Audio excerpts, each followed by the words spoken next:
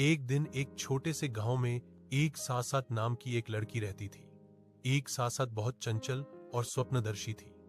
वह हर दिन आकाश की ओर देखकर सोचती थी, अगर मैं एक दिन उड़ पाती। लेकिन वह जानती थी इंसान तो पक्षी की तरह उड़ नहीं सकता। फिर भी उसके मन में एक ही आशा थी, कभी न कभी वह आकाश को छुएगी। एक दिन सुबह मीठी वन के अंदर घूमते हुए उसने एक अजीब आवाज सुनी। वह पास जाकर देखता है, एक घोड़ा जमीन पर पड़ा है। घोड़ा बिल्कुल अलग है, उसकी पीठ पर चमकदार चांदी के पंख हैं। मिष्टी हैरान हो गई। उसने घोड़े के घाव को साफ किया और उसे पानी पिलाया। घोड़ा धीरे धीरे उठा और मिष्टी की ओर देखकर बोला, मैं वायु हूँ, उड़ने वाला घोड़ा। तुमने मुझे बचाया है, इसलिए मैं तुम्हारी एक इच्छा पूरी करूँगा। मिष्टी ने आश्चर्य से पूछा, तुम बात कर सकते हो?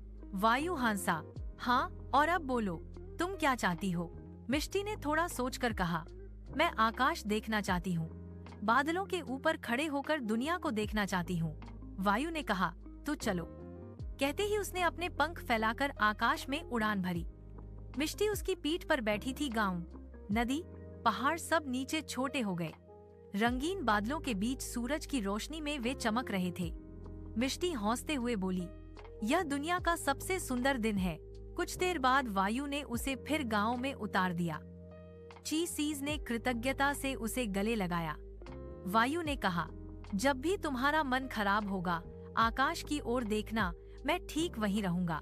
उस दिन के बाद से जामे से कभी दुखी नहीं हुई, क्योंकि वह जानती थी उसका एक दोस्त है, एक उड़ने वाला जादुई घोड़ा, जिसके पंखों में छिपे हैं सपने और आकाश की कहानियाँ। डम्मे जामे से